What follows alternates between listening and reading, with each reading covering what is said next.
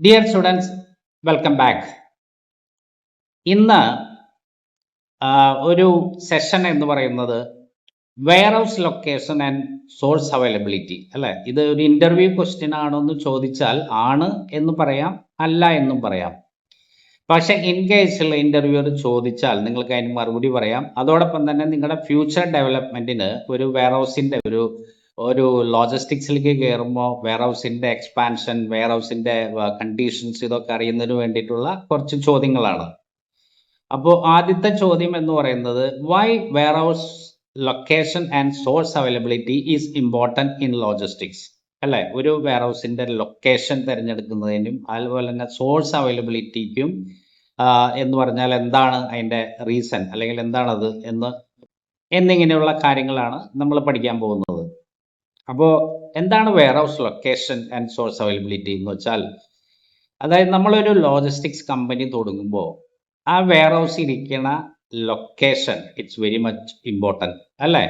അതുപോലെ തന്നെ അവിടേക്കുള്ള സോഴ്സ് കിട്ടാനുള്ള സ്ഥലങ്ങൾ, അതായത് റോ മെറ്റീരിയൽ ഈസി അവൈലബിലിറ്റി, അതുപോലെ തന്നെ റെസിഡൻസ് ഏരിയ, അങ്ങനെയുള്ള കുറച്ച് കാര്യങ്ങളൊക്കെ ഉണ്ട്.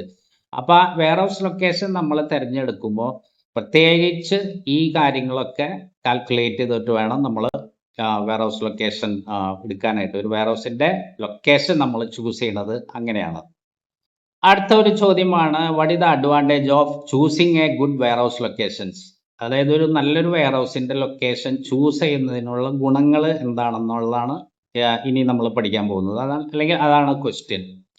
അപ്പം നമ്മളൊരു വെയർ ഹൗസ് ലൊക്കേഷൻ തിരഞ്ഞെടുക്കുമ്പോൾ അതിൻ്റെ തൊട്ടടുത്ത് ഇപ്പൊ കടലോ കായലോ അങ്ങനെയൊക്കെ വന്നു കഴിഞ്ഞിട്ടുണ്ടെങ്കിൽ അത് പ്രശ്നമാണത്. അല്ലെങ്കിൽ ഒരു മരുഭൂമിയാണെങ്കിൽ അതൊരു പ്രശ്നമാണ്. അപ്പം നമ്മൾ ആ ലൊക്കേഷൻ തൊട്ടടുത്ത് റെസിഡൻസ് ഏരിയയിൽ അല്ലെങ്കിൽ റോ മെറ്റീരിയൽ കിട്ടുന്ന ഒരു സ്ഥലത്തൊക്കെ നമ്മൾ ചൂസ് ചെയ്ത് കഴിഞ്ഞിട്ടുണ്ടെങ്കിൽ നമുക്കൊരു ഓർഡർ കിട്ടുമ്പോൾ അത് ഇമ്മീഡിയറ്റ്ലി ആ കസ്റ്റമറെ നമുക്ക് സാറ്റിസ്ഫൈ ചെയ്യിപ്പിക്കാൻ പറ്റും. അപ്പം അങ്ങനെ വരുമ്പോൾ ഒരു ഗുണം എന്താണ്, ആ കസ്റ്റമറും കമ്പനിയും തമ്മിലുള്ള അറ്റാച്ച്മെന്റ് കൂടും. ഓക്കെ, ഈസ് റിയലബിൾ എന്ന് കസ്റ്റമറിന് തോന്നുന്ന രീതിയിലുള്ള ഒരു ഒപ്പീനിയൻ മാർക്കറ്റിൽ പരക്കും. അപ്പോൾ അതിൻ്റെ ഒരു ഗുണം എന്ന് വെച്ചിട്ടുണ്ടെങ്കിൽ നമുക്ക് വീണ്ടും വീണ്ടും ഓർഡർ കിട്ടിക്കൊണ്ടിരിക്കും. അതാണ് നമ്മളൊരു നല്ലൊരു വെയർ ഹൗസ് ലൊക്കേഷൻ തിരഞ്ഞെടുത്താലുള്ള ഏറ്റവും വലിയ ഗുണങ്ങൾ. ഓക്കെ, അടുത്തൊരു ചോദ്യമാണ് why geographical selection is very much important under warehouse location and source availability. അപ്പൊ ജിയോഗ്രാഫിക്കൽ സെലക്ഷൻ എന്ന് ഉദ്ദേശിക്കുന്നത്, ഇപ്പൊ നമ്മളൊരു റെസിഡൻസ് ഏരിയയിലാണ് ഒരു വെയർ ഹൗസ് ചൂസ് ചെയ്യണമെങ്കിൽ അത് ഏറ്റവും വലിയൊരു അഡ്വാൻറ്റേജ് ആയിരിക്കും അല്ലേ. നമുക്ക് ഒരുപാട് ഓർഡേഴ്സ് കിട്ടും. ഇനി അതല്ല വേറെ ഒറ്റപ്പെട്ട ഒരു സ്ഥലങ്ങളിലാണ്, അവിടെ പ്രോപ്പർ റോഡ് ഇല്ല എന്നൊക്കെ പറഞ്ഞിട്ടുണ്ടെങ്കിൽ നമുക്ക് ടൈമിൽ ഡെലിവറി എത്തിക്കാൻ പറ്റില്ല. അപ്പോൾ തൊട്ടടുത്ത് ഒരു എക്സിറ്റ് എൻട്രി വഴികൾ വേണം, തൊട്ടടുത്ത് ഒരു റെസിഡൻസ് ഏരിയ വേണം. ഇതാണ് ഈ ജിയോഗ്രാഫിക്കൽ കണ്ടീഷൻ എന്ന് പറയുന്നത്. പ്രോപ്പർ റൂട്ടിനും അല്ലെങ്കിൽ റൂട്ട് ഡീസെൻട്രലൈസേഷൻ നടത്താനും ഒക്കെ അതിന് ഗുണം ചെയ്യും. റൂട്ട് എന്നുള്ളത് നമ്മൾ വീണ്ടും പഠിക്കും, എങ്ങനെയാണ് റൂട്ട് ക്രിയേറ്റ് ചെയ്യണം എന്നുള്ളതൊക്കെ നമ്മൾ പിന്നീട് പഠിക്കുന്നതായിരിക്കും. സോ അതാണ് നമ്മളൊരു ജിയോഗ്രാഫിക്കൽ കണ്ടീഷൻസ് നമ്മൾ നോക്കേണ്ടത് ഒരു വെയർ ഹൗസ് ചൂസ് ചെയ്യുമ്പോൾ, ലൊക്കേഷൻ ചൂസ് ചെയ്യുമ്പോൾ. ഓൾറൈറ്റ്, അടുത്തൊരു ചോദ്യമാണ് ഇതിനോട് തന്നെ കണക്ട് ചെയ്തിട്ടുള്ളതാണ് ടെറിറ്ററി സെലക്ഷൻ. ജിയോഗ്രാഫിക്കൽ സെലക്ഷൻ കഴിഞ്ഞു, ഇനി അടുത്ത് ടെറിറ്ററി, ഒരു പ്രദേശം, ഭൂപ്രദേശം നമ്മൾ ചൂസ് ചെയ്തിട്ട് വേണം നമ്മളൊരു വെയർ ഹൗസ് തൊട്ടടുത്ത് പണിയാനായിട്ട്. അപ്പോൾ അവിടെ എന്ന് വെച്ചിട്ടുണ്ടെങ്കിൽ ഒരു റോ മെറ്റീരിയൽ അവൈലബിലിറ്റി ആയിട്ടുള്ള ഒരു മാർക്കറ്റ് വേണം, തൊട്ടപ്പുറത്ത് റെസിഡൻസ് ഏരിയ വേണം. ഇങ്ങനെയൊക്കെ സംഭവിക്കുമ്പോൾ എന്താണ്, ഈ ഒരു പർട്ടിക്കുലർ ടെറിറ്ററിയിൽ നിന്ന് നമ്മൾക്ക് ഓർഡർ കിട്ടുമ്പോൾ നമുക്കത് നമ്മുടെ ഫ്ലീറ്റ് റണ്ണിങ് കോസ്റ്റ് അല്ലെ, വണ്ടി ഓടുന്ന ചെലവുകൾ നമുക്ക് കുറയ്ക്കാൻ പറ്റും. അതുപോലെ ഇപ്പോൾ പ്രോഫിറ്റ് മാർജിൻ നമുക്ക് കൂട്ടാൻ പറ്റും.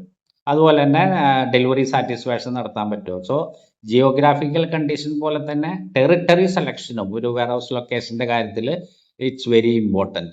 ഓൾറൈറ്റ്, അടുത്ത ഒരു ഇമ്പോർട്ടൻ്റ് ക്വസ്റ്റ്യൻ ആണ് warehouse selection under location and source availability. അപ്പോൾ ഒരു വെയർ ഹൗസ് നമ്മൾ സെലക്ട് ചെയ്യുന്നതിൻ്റെ പ്രാധാന്യമാണ് ഇതിൽ പറയുന്നത്. എന്താണെന്ന് വെച്ചിട്ടുണ്ടെങ്കിൽ നമുക്കൊരു ഈ ടെറിട്ടറിയും ജിയോഗ്രാഫിക്കൽ കണ്ടീഷൻസും ഒക്കെ ആണെങ്കിൽ ഒരു പക്ഷെ നമുക്ക് അവിടെ ഓൺ ബിൽഡിങ് ബിൽഡപ്പ് ചെയ്യാം. ഇനി അതല്ല ബിഗിനേഴ്സിനുള്ള ഒരു ഇതാണെങ്കിൽ നിങ്ങൾക്ക് ഇനീഷ്യലി നിങ്ങൾ ഓൺ വെയർ ഹൗസ് ബിൽഡ് ചെയ്തിട്ട് കോസ്റ്റ് കൂട്ടേണ്ട ആവശ്യമില്ല, നിങ്ങൾക്ക് റെന്റിന് എടുക്കാം. അപ്പോൾ ആ ലൊക്കേഷനും ടെറിറ്ററിയും ജിയോഗ്രാഫിക്കൽ കണ്ടീഷൻസും ഒക്കെ നോക്കിയിട്ട് വേണം നമ്മളൊരു വെയർ ഹൗസ് ചൂസ് ചെയ്യേണ്ടത്. അപ്പോൾ warehouse selection is very important. അത് റെൻറ്റഡ് വേണോ, ഓൺ വെയർ ഹൗസ് വേണോ എന്നുള്ളതൊക്കെ നമ്മൾ തീരുമാനിക്കുന്നത്. അപ്പോൾ എല്ലാ കണ്ടീഷൻസും നോക്കിയിട്ട് നമ്മൾ ഏത് വെയർ ഹൗസ് വേണം എന്നുള്ളത് നമ്മൾ പ്ലാൻ ചെയ്യേണ്ടി വരും. ഓക്കെ.